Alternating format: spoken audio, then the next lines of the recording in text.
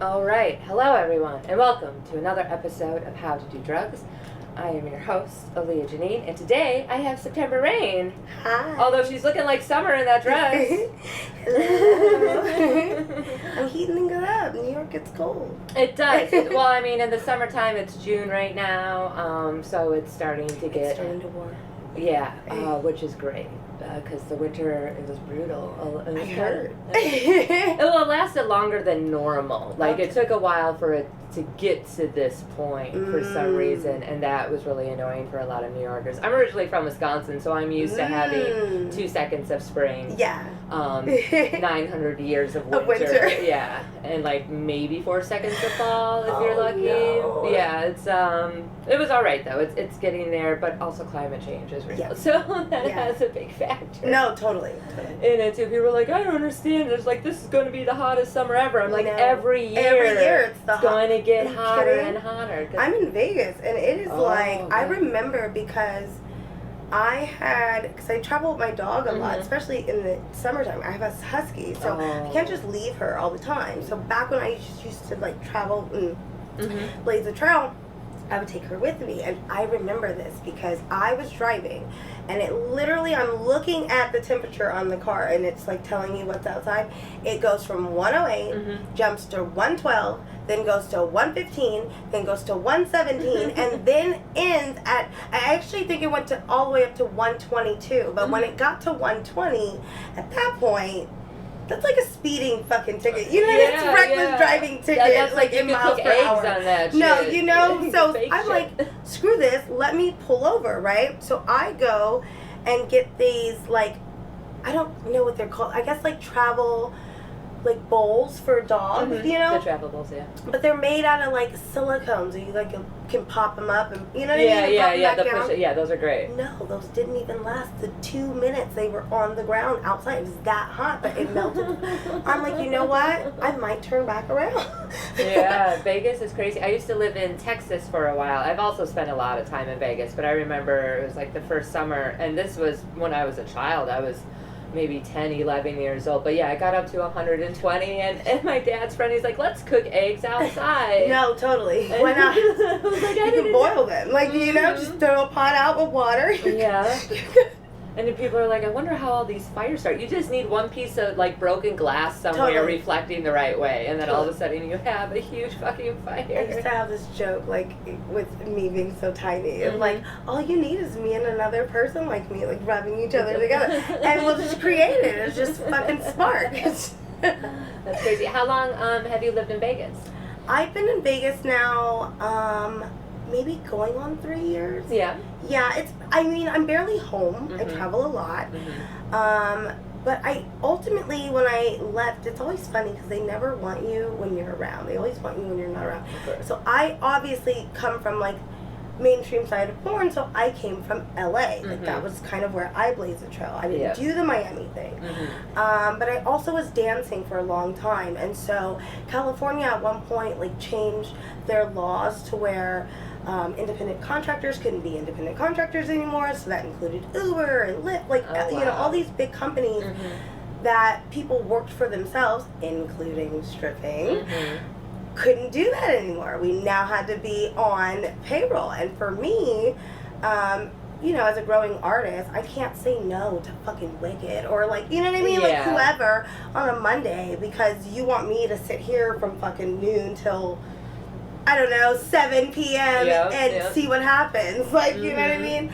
So I ended up going to Vegas because that was the closest place that I knew still did porn. Like, so once I got there, though, it was like, hello, we want you back. Yeah, of course. So now I'm never home. Yeah. A lot of people from LA moved to Vegas because a lot had to do with the... they were trying to pass like the condom laws and stuff. I come from that era. Oh yeah, no, I'm totally. like, I'm that old. I mean, I was just talking to someone that wrote a blog that I guess started that whole momentum, like back at that time, which was like really like wow, like you know what I mean? Just to read what was said was just oh yeah, it spoke we did we did like walks and stuff like that. I remember AIDS walks. I used to go with Wicked. Yeah. No, this was all. We made signs. I think I still have a vote no on Measure B shirt. Wow. Wow, we went and yeah. talked to people. Yeah, it was a whole thing. It was a really big deal. And then I got out of the business. Yes. Yeah, I was only in it for about 4 years. So Vegas, they have legal marijuana there now. They do. Which is great because every time I go, I'm probably going in July actually. For about a week. We just go to dispensary, which is great. You gotta be careful though. You gotta be really careful. See, because I'm spoiled. I come from Cali. I come from NorCal too. So like Humboldt's right there. Yeah. That's what we do. We're farmers. It's funny now. Sacramento is where I'm from. Okay. So Sacramento has a big water tower, which is just iconic, right? It's in the heart of Sacramento. And for fucking years, it had on there the City of Trees.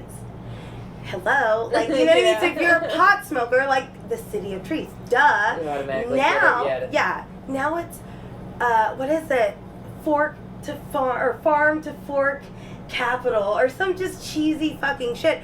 But we're farmers. That's why we're just used to having good quality weed. And so, I mean, even whether legal or not legal, there's points, even still now, just depending on where you go, that you can get, let's say, maybe an eighth of weed for like, I don't know, average $40 on the low side.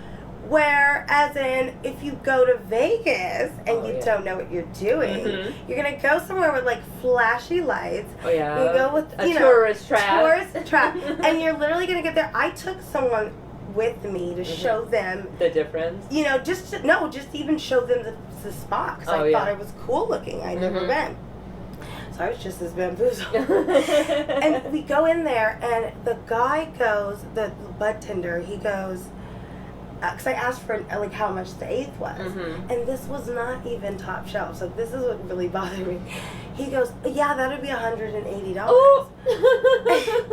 No. So I said to him, it was just a natural reaction. There better be some fish scale or something in that for that to be fucking 108. Are you shitting me? Like 180 compared to 40? There's no way. Yeah. There's no way. Especially for top. No, and I'm like, so we're gonna go. Okay, this was fun. We're gonna go right now. I'm gonna find some weed somewhere else. Yeah. You know, write that off your calendar. You did it. Yeah, we have. I have a ton of friends that live out in Vegas, and we have a bunch of comedian friends. So they take us to the places that, like the local spots. Yeah. There's a difference in Vegas. It's always locals. Yeah. And then tourists. No, totally. And so you do have to know the difference. If you go there to Vegas enough, like you can learn it. But yeah, if you're just going for a weekend, maybe once a year, you're going to get screwed over. No, you're going to get so screwed. Like, if you don't get fucked up, like, in Fremont area from all just the frozen drinks and this bar and this casino and this casino. If you're not getting fucked up that way, if you're not getting a food high from all the fucking food, then you are definitely getting bamboozled for weed. Yeah, for sure. And Vegas is fun. Are they trying to legalize anything else like psychedelics, like mushrooms or anything like that? I don't know because I was reading something a few months ago where they were doing studies on MDMA and just how it was helping people that had PTSD. And so I would like to see that happen personally. I would, because I think I'm not going to say names because she's still very active, but she's a very good friend of mine, and we both connect with each other because when we both got in the business, even though she's been in for longer, we both were heavily addicted to a drug. My choice of drug at the time was methamphetamines. I loved meth. You know, you love it when you love it. Yeah. You love it when you love it, and when you don't, you don't. You don't. Okay? Now I look at it like, Jesus Christ. There is no going back. Yeah. Like, if you go back, you're doomed. Like, there's no other explanation for you because it's just like my body even had a reaction to it to where I was like crying, like staring out a window. Yeah. And someone's like, "You okay?" I'm like, "I'm fine. What the fuck is your problem?" It's like, "You're crying." I'm like, "No, I'm not." But my body was staring at a sunset for the first time in like for 3-4 years. Yeah. So that's something that's just like iconic for me. Yeah. But my friend and I, we both have a similar. She was a little bit more out there with it because she was a bigger name star. Like she had a contract at the time. So, you know, when shit hit the fan for her, and I don't really know what her drug of choice was, to be honest. I don't think I ever asked. Yeah. I think I'm just always been really open about mine, for my healing process. And but we had a really beautiful natural conversation where she explained that she goes to a third world country and she does ayahuasca, and she comes back the most clear-headed fucking girl you ever meet. You know, meanwhile, I am like having a fucking tantrum, you know what I mean? In the bathroom because I'm on my period and I can't curl my hair right, or my allies won't come on, or like, you know what I mean? Like whatever's going on in my life is not nearly as bad as something like, you know, as far as like an addiction is concerned. So to come back from that really clear-headed and like calm and peaceful, was just an eye-opener for me. Ayahuasca, that can help out with a lot of people with trauma and just a lot of mental issues. I did a lot of microdosing, you know, with mushrooms. I do that for depression, and that is so much better than Prozac. Because a lot of times, a lot of those pills, they've always made me more depressed. And made me want to kill myself twice as much. I'm like, I don't need help in that department. Totally. I mean, for me, what stopped me, I speak openly, I'm a mom, so that was it for me. When it almost cost them, it's done. There is no going back from that, for me, personally. How long did you use meth for? 3 or 4 years, but it was on and off. It was more like cocaine was kind of that thing you did at the club. So, and it wasn't, you know, forced upon me or anything like that. I knew exactly what I was doing, but when you're in that lifestyle, it can go too far, too fast, and it did. But it wasn't until I got into film, and then you see those photos, and you cannot take that back. So to see that gray tint to your skin, to see your bones, to see your weight, like that's, if you look at those pictures compared to me now, people are like, that's not you. Night and day. Completely different. So for me, I remember going through the court process early on, and again, weed at the time was legal, but it was medical only, right? So I remember the court telling me that I could not get the recommendation to smoke weed for my anxiety and like my insomnia and all these different things. I couldn't get weed, but what I could get was Xanax. And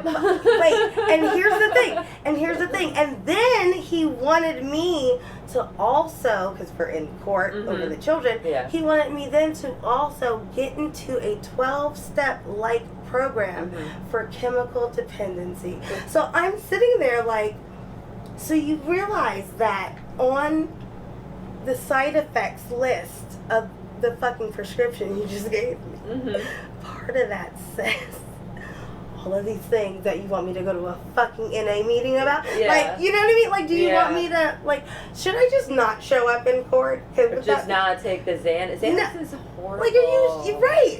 It's the worst. I have a prescription. The bottle lasts me like a year and a half. I rarely take it. I like beta blockers. I have propanol. It's a non-addictive thing, and that is amazing for like my panic attacks or anxiety attacks. They call it, it's also like a stage fright drug. That's kind of a thing, and one of my friends had told me about when I first started doing comedy. I was like, and then I noticed, I'm like, this is actually great for my panic attacks. Like, I don't need it anymore to, you know, because I've been acclimated to, like, performing in front of people, but for panic attacks and stuff, it's perfect. Like, I love it. They're great. I had to take up meditation, like, really, like, and it's weird because I don't get into anything unless, like, I do my research and I really want to get into it. But for some reason at that time, and it just might have been a really sensitive, if I can remember, it was a really sensitive time. And I was genuinely having a panic attack. genuinely, like, handshaking. Yeah. And I'm not on any drugs. Like, I'm sober but having a fucking panic. And they're more intense when you're first getting sober. Totally. And I remember just playing Pandora. So this is why I don't believe in coincidences either, because it's just by luck, by chance, by fate. A song by an artist named Janae Aiko came on. Okay. Now she's known for like R&B music, like, you know what I mean, and some hip hop too. So for her, you always knew she was really soulful, but for her to have a song called The Triggered Mantra, and for that to genuinely be the gongs and her repeating things over and over again, but her soothing voice telling you to relax, telling you you're gonna be okay, like, you know what I mean, things like that. And by the time and I lit my sage, of course, so by the time that was done, for some odd reason, the sage immediately went out on its own, and I fell forward, because I was sitting in like a, I guess whatever, like Buddhist, you know, like squat, and by the time that was over, the song was ending, and I felt my body, it was like an outer body experience, I felt my body lean forward, and it just felt like everything that was going on, everything that I was thinking about had just left my body. So I was like, okay, we're onto something. Yeah. Just that like release, that physical release of all of that. Meditation is great. I definitely, it's helped with, I have anger management issues. I like to punch people a lot. I love to punch things. And that has definitely helped with, you know, the emotional reactions and stuff like that, emotional control. Helps with a lot of stuff. Meditation is definitely helped prevent me from killing people. No, right? I mean, you know, it's funny because when I get mad now, like, me and my mom have a beautiful relationship, but like, she knows. You know? I mean, she's an Aquarius, I'm a Virgo, it's very... Aquarius. Yeah, it's a very, you know, that's the baby's father, and so it's even more baggage there. You have a thing for Aquarius? I did. Okay. We nipped that in the butt real quick. You know, you live and you learn, right? Now we move on to like Aries or something. But no, so I remember because me and her were like fighting, and I'm like, so I'm gonna go. I'm gonna walk away, and she's pissed. Like, because I would never do that. Like, I would never. Well, yeah, because it's your mom. You interact. Like, I won't even. We have potty mouths towards each other. But if I say it and I know that the intention behind it is rude or disrespectful, I won't say it. So for that moment, oh no, I needed to get high because I was gonna have like a real fucking meltdown. And she knew. She goes, oh, yeah, oh, thanks, cool. Moms, you know? It's funny, me and her, we laughed. She's probably gonna kill me. So back during my like transitional points and my recovery, I remember, just because of the court and all of that, and then, you know, we came from a really religious upbringing, like the older generation. So there was always like that stigma there with my mom being the youngest, but then having me, which is the oldest grandkid by blood, and me being crazy.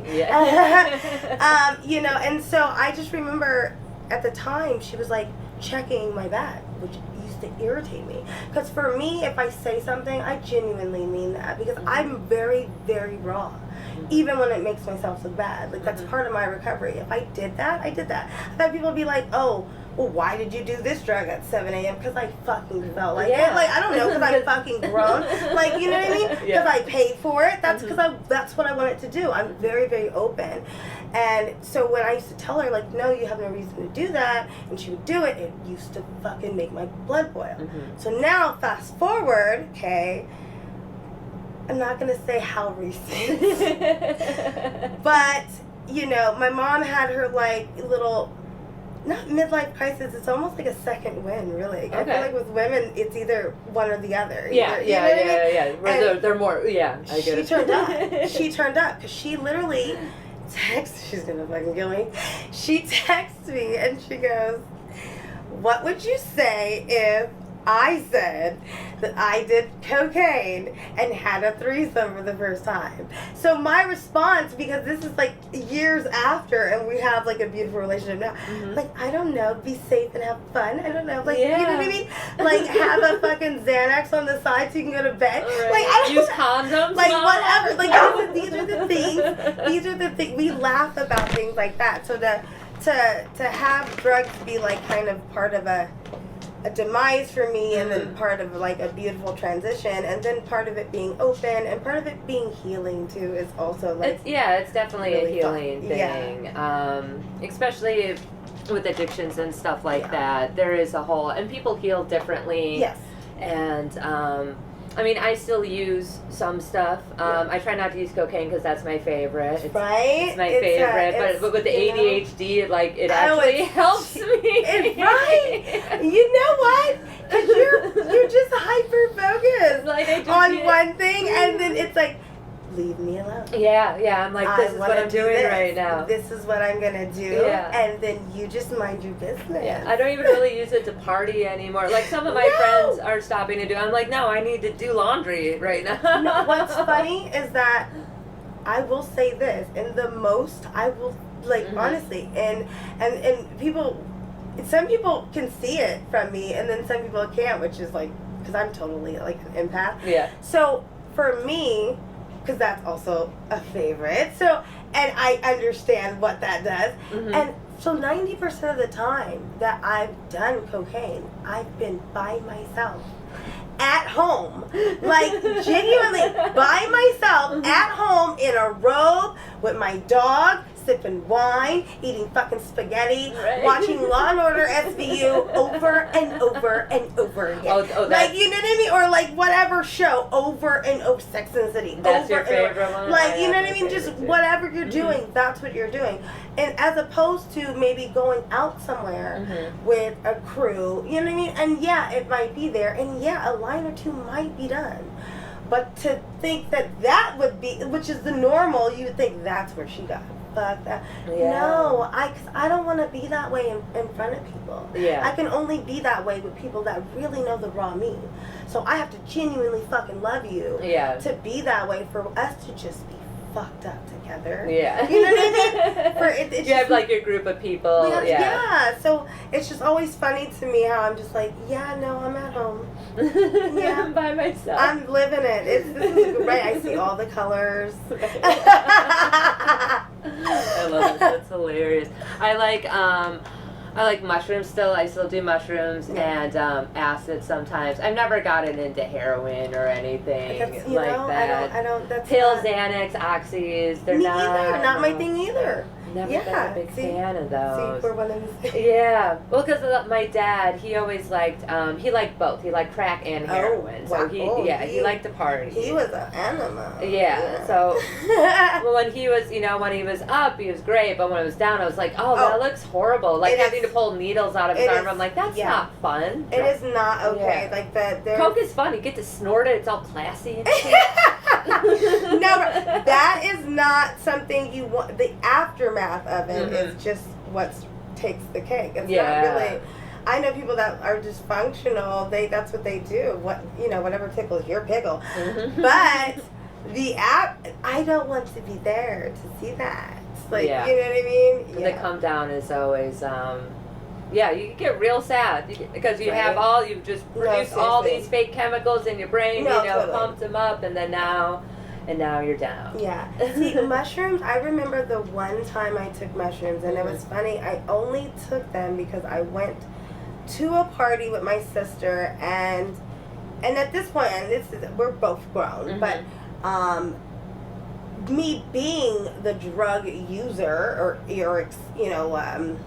what did they call? There's a new term for it, which is drug enthusiast. Yes, it's the new one. It's the classy. It's the way. classy way. Super. So as the drug enthusiast, I was like, she wasn't gonna do that. Yeah. Because it was my group of friends. They definitely knew who she was, but she was younger, and I'm big sis mom. in that way. So I was like, nope, if anyone's going to do it, I'm going to do it. And you're going to drive home.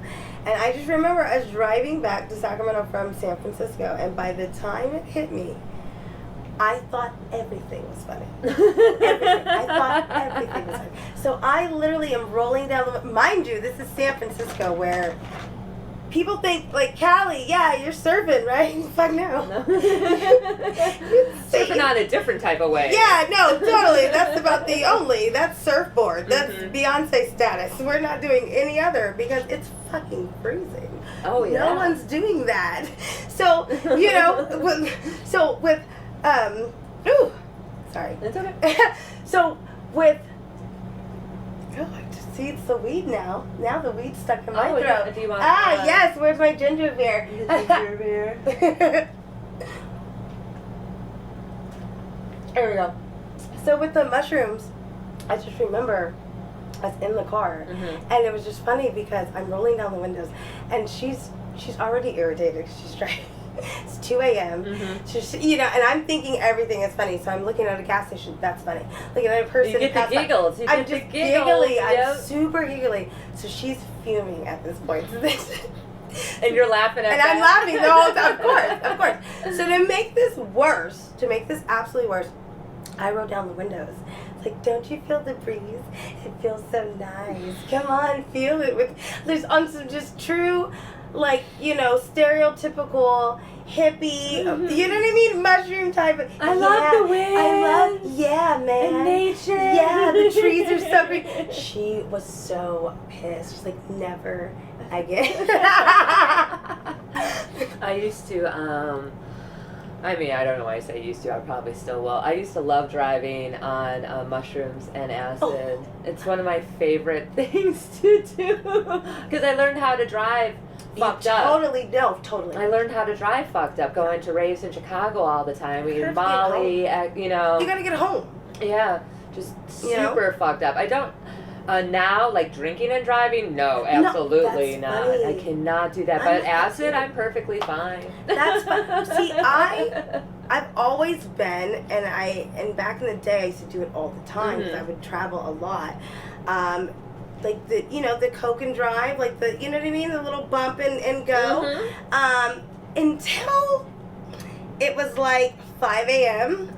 And if anyone has ever been to Vegas driving from LA, it's a good drive. It's a very, well, you know, it depends on the type of, what time. Yeah. Because at 5 a.m., mind you, Vegas is dark. Like, Vegas gets really dark because when you get to that part of Vegas, you are in the mountains. It takes a minute to kind of get to where the lights are. Yeah. So it is pitch black, and there is an exit. And I can't quote it because it's just a bunch of letters. XXYZ? Yes, it's the XXYZ apostrophe explanation point. You know what I mean? It's this fucking wacky fucking exit. But where that exit is, and the only reason why I remember that exit because I just passed that, and it's when you start driving over and over again, you kind of find landmarks to kind of gauge how much longer you're going to be in the car. Like, how much more drugs do I have to do to get home? And so I passed that, and then all of a sudden, I got a flat fucking tire. Oh, no. And where that part is, it's really like a little ditch, but at 5 a.m., it's pitch black, and there's nothing but 18-wheelers going past, and they are speeding. Oh, they're fucking cruising. Mind you, I'm on a whole gram at that point to the face. So I'm like, oh, okay. Get it. So you have those moments in the mirror, like, get it together. AAA's coming. Fuck, you know, I got 2 hours. Okay, wait a minute. I got 1 hour. Fuck, the time's going by fast. Wait, fuck, it's 30 minutes. Fuck, 15 minutes. What, like, you know what I mean? I'm like, please be late, please. You know? And so finally they get there, and it was just, it just made it was almost like Murphy's Law, where everything that could have went wrong, and the fact that I was high made it extra worse. You know what I mean? Like, my tire key, I didn't have the key to open up my tire, because I had a Jeep, so I didn't have the key to open up the back tire, so then they had to tow me with the car all the way back to fucking Barstow. Oh no. The middle of fucking. I'm not going back to Barstow. It's like are you kidding? No, in the middle of nowhere. This is now maybe 6, 7 in the morning. Mm-hmm. So now the sun is rising. I don't have any glasses. Oh, You know what I mean? It's just that's it's the worst. just everything that could go wrong Yeah. goes wrong. I'm dehydrated. My mouth is just Probably grinding a little grinding. bit. I'm shaking because I'm hot because it's fucking Vegas, you know? And then we get there, and now they have to change the tire from there, then to like get me back, and then switch it and rotate them. I'm like, I don't think I'm gonna get there in time at all. I think I'm just gonna fall asleep, and what happened happened. Just be stuck there. yeah, be stuck there. But no, I ended up driving home that day, but it was just like, man, I don't know if I want to do this. I ended up doing it again. Of course. Because I needed to. Yeah. But I just remember that little 2 seconds of being like, well, maybe that might not go so well. Mm-hmm. Remember what happened last time? Remember what happened to you last time? I had a similar situation when I was in Chicago with the guy I was dating at the time. We were all night at a rave. Just, I forgot what we were doing. Oh no, it was meth. It was a meth night. I'm sorry. Oh no, you're fine. It was a meth night, and I still lived in Wisconsin at the time, and I had a Ford Escort station wagon covered in stickers. You could fit like 90 ravers in there. Of course. And for some reason, my car broke down on the Chicago Expressway, and this is before cell phones. Oh no. And it's a Sunday on top like of it. Staff? Yes. Oh I boy. had a Oh pager. wow. So this is still Whoa. the 90s. Whoa. This is the late 90s, and the car breaks down. So we have to wait until, because they have these trucks that go by, you know, every couple hours to help people who break down. Well, for some reason that took 5 hours. So we're just sitting there and we're still doing drugs. So we're like, fuck it. We have all these drugs. Cops are coming. We're going to need to do these drugs. We sold a lot of them, but we're like, fuck, we may need to get rid of these drugs. So I know someone that does that all the time. Yeah, so we were just sitting on the fucking expressway, and this is like 6, 7 o'clock in the morning on a Sunday, the Lord's Day. Sunday fun day. Just doing bumps, waiting. A state trooper finally came. State trooper came, picked me up, and I'm in raver gear. I have Jenkos, I have fat pants on, my hair is 2 different colors. I have a froggy fucking backpack. Oh no! And so they take me to this little, it's like a little kiosk kind of area in the center of the highway or whatever. There's just cops. It's a bunch of cops. It's just me. My boyfriend's still with the car. High as a motherfucker. Oh like my car broke down, and of course it's Sunday. They're like, oh, the only place that's open that can fix your car is on the south side of Chicago. We were not on the south side of Chicago. We were way on the north side of Chicago. But that's the only place that can fix my car. Right. So they call, you know, for the driver to come get us. So that took another 2 hours. Of course. The state trooper brought me back to my car. This is so verbatim. This is so verbatim what happened. So we're still doing drugs. So the tow truck finally comes. Tow truck comes, gets the car. We're cool. We are one exit from where he needs to get off for to go to the fucking garage. Yeah. The tow truck gets a flat tire. Oh my goodness. And I have pictures of this. At that point, I would have said, yo, homie, you want to do some drugs? Like, no, for real, because what else are we going to do? You're supposed to be my fucking savior, Right? and now you need a savior. No, you have a fucking... So that took another hour. Of course. And they finally get to the fucking garage. And at this time, it's like 5 o'clock in the afternoon. So it was the whole day fucking thing. I had to call my mom. I think I had a checkbook at the time. I had to call my mom so she could pay to get my car fixed, which is like $600 to get the alternator belt fixed. And I think some of the guys definitely knew we were fucked up. Yeah. We're just, at this time, exhausted. Just completely mentally and physically fucking drained. Yeah. Finally figured out how we're going to pay for the car. I think I had to write them a check, and then my mom had to send them a check. It was a whole thing.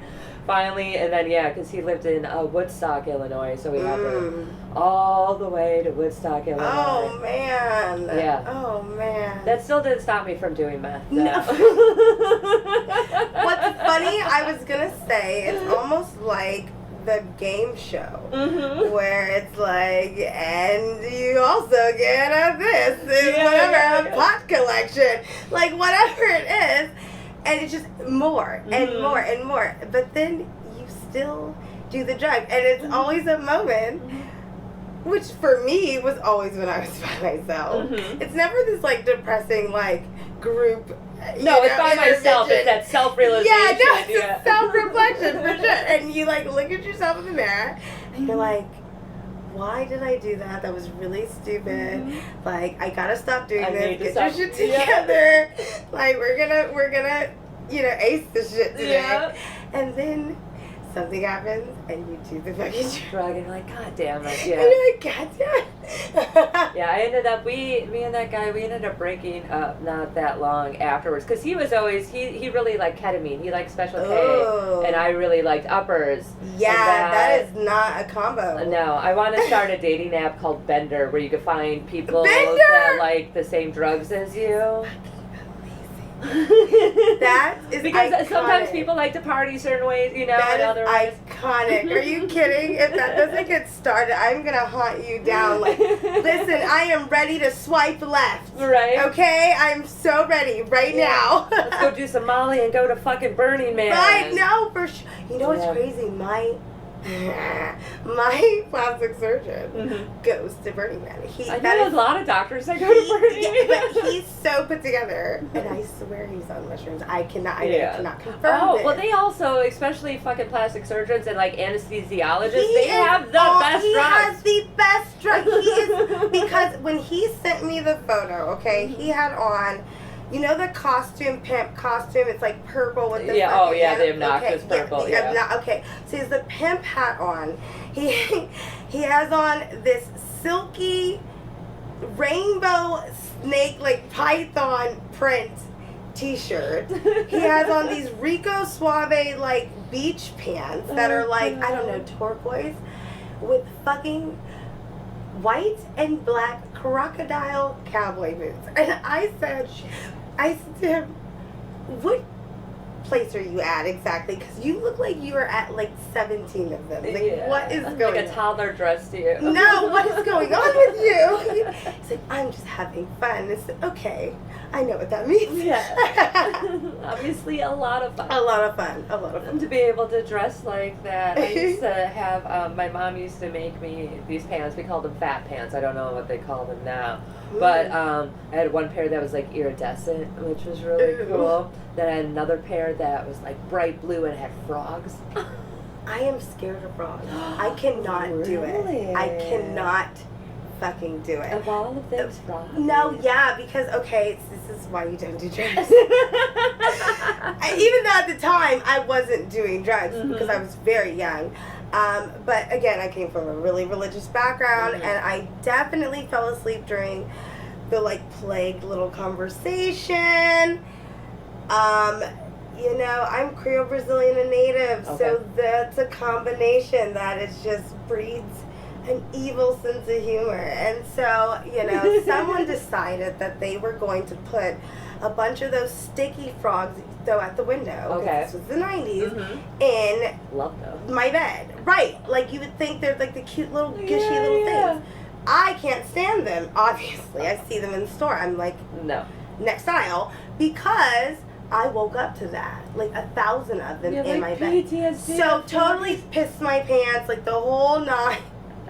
So now when I hear a ribbit, it's just like not okay. And I remember being on drugs. Yeah. I remember being on it was Exotica, Portland, and I was, of all places, of course, right next door, weed convention. Yeah, so of course, by default, someone's fucked up in some kind of way. But I remember going to, I can never forget this. I remember going, because the guys that were at the booth next to me, there was a guy like dressed up like, kind of almost like Jigsaw. And he had these clown girls that, I don't know, they shot, I never even really. It was like the horror porn kind of stuff? Was it Dick Chibbles? No, he liked the clown No, it wasn't, but it was like that vibe, right? So, so he invites us to go to his house, which is like an after party. I should have known we were all kooky, but we get There's outside. extra kooky though, you know I what mean, I mean? yeah, There's fun and then there's your danger. It was very much so. I mean, and it didn't help that we were fucked up because we go outside and it's a fucking hearse. I'm like, I'm not kidding. I'm not kidding. So then it's me and a few other girls that are really known in the business. We're fucked up, and I'm like the most calm of all of them. Okay. So I'm trying to keep my composure. It's already uncomfortable being in a fucking so and while high. Then the next thing you know, my friend decides she's gonna turn on blasting Slipknot, and she's going to scream as she moons or like flashes everybody in the back fucking window on the way to said guy's house. So at the point that we got to his house, I'm now done. I'm now ready to leave immediately. We get inside, it's fucking taxidermied. Everything. He has every animal. Stuffed. So now you're trying to figure out how high you really are. Right. Because I'm looking at a fucking eagle, like perfectly stuffed with the eyes, like, you know what I mean? Like poking out. I'm like, am I tripping or am I tripping? And so for a moment I thought I was tripping until my friend decides to take my purse and she puts it near the fucking hanging toad. And it is the most biggest, greenest, bumpiest, nastiest toad ever fucking seen. And I literally had PTSD. Like, I had a full-fledged panic attack, and that was the one time I probably almost smacked the shit out of my friend. Because I was just like, get my fucking purse away from the toad. And I'm trying to be calm, but I'm high. So there's only a certain level. Yeah. You know and you're in a weird place. There's fucking animals that go in a hearse. Like, you know what I mean? Dudes are dressed up as Jigsaw. No, right. I'm like, and then I think at that time, he hadn't even busted open like a bottle of liquor. So it's like, you're just waiting for something more so that you can take your mind off of what's going on. And then she brings in the toad. So I was just done at Now I need a joint. Now I just have a joint on standby. If I go hiking, it's one of those things because I know that they're there. It's not, I mean, and I have, again, I have a husky. So I have no choice but to kind of take her out. And after a certain point in time, they're out there. Oh, yeah, especially at night if it's wet. So, we have a little pre-roll and just to calm down from just relax. I used to be, when I was younger, I used to be afraid of earthworms, just worms. So we used to go fishing a lot. Yeah. And, I never wanted to put them on the hook, but because also native and hunters and stuff like that.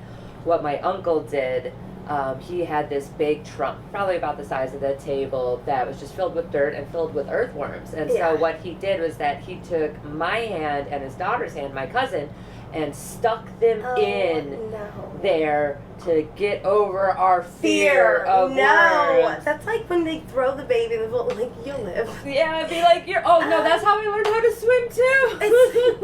I mean, it typically works, but, there's that off chance that you're going to go to prison. Well, yeah, but the PT, it's very traumatic. It was so, because he would chase us around with them and stuff. Man. I mean, and I finally got over it when I got a little bit older. Now I don't have a problem with them. I still won't fuck with leeches, though. See, but fishing, like, leeches are good bait for certain totally. Yeah, but I'll have some, I'm like, I'll do worms, I'll do all crickets. I can't touch a leech, though. Because it looks like it's eels also it's an oversized one. Like, you can get over the worm, like, you know what I mean? That's early bird gets the worm. Okay, I can find some humor in that. Cool. But no, you have this like one that looks like a fucking mutant, and it sucks your blood. It's a little fucking different at that point. They use leeches, especially for like burn victims. And I heard, because it actually helps like circulate and stuff like that. And I was, okay, well, don't get burned, bitch. Just don't get burned. Don't get burned, so you don't have to worry about leeches. Yes. Make sure your hair is tied when you light things up. Yeah. I've done that before. I had bangs in the 80s. Oh, man. And it was beautiful weave, too. Oh, it was so gorgeous. And I didn't even...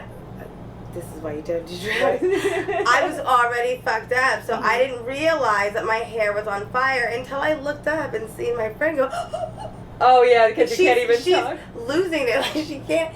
Words aren't coming out of her mouth, but her mouth is fully open, like almost like she's getting fucked really good, and she just can't think of the words at the moment. And I'm just like, what? And then she starts going like this, and that's when I started to smell the hair. Smell, yo. And that's when it registered, like, oh shit, that's me. My hair's on fire. Yeah. Yeah, burning hair has a very distinct smell. Ooh, yeah. It's and it stays in your nostrils for a while. It's hard to get rid of. I mean, at the time, though, when you're like, just do another line, it's fine. No, exactly. That's all I was gonna, if you're on one already, then your nose is a little numb, and you can't really smell anyway. So you don't really know what's going on until you're looking at someone and go, hello, you're burning. You're about to die. Like, you know what I mean? Your head's on fire. Right now, exactly. That's so funny. Well, where can people find you online and stuff? So people can find me everywhere at ispyseptember.com. It links to everything. I actually am excited because if you go there now, I have a pocket pussy out. Nice. Woo. Congrats. So you can smoke some weed and feel me. Yes, and I have a lot of different projects coming out. New movies coming out.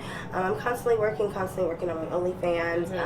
Exotica tour is coming up. Nice. Yes. Exotica's always fun. Are you going to be at the one in Jersey here? I will be at the one in Jersey. Nice. And I've gone to that a couple of we'll have some really cool shit at the booth for some stoners out there. Nice. There's a brand established 420, and they have pasties and t-shirts, and you know, and it's all based upon weed. So for any stoners out there, come by. Yeah, absolutely. Yeah. All right, you guys. Well, you can find this wonderful podcast, How to Do Drugs Pod, on Twitter and Instagram. Please rate and subscribe on Apple, Spotify, YouTube, iHeartRadio, Amazon, Audible. You can find me, the Aaliyah Janine, on Twitter, Aaliyah.Janine on Instagram, and Aaliyah Janine on Facebook. Okay, bye.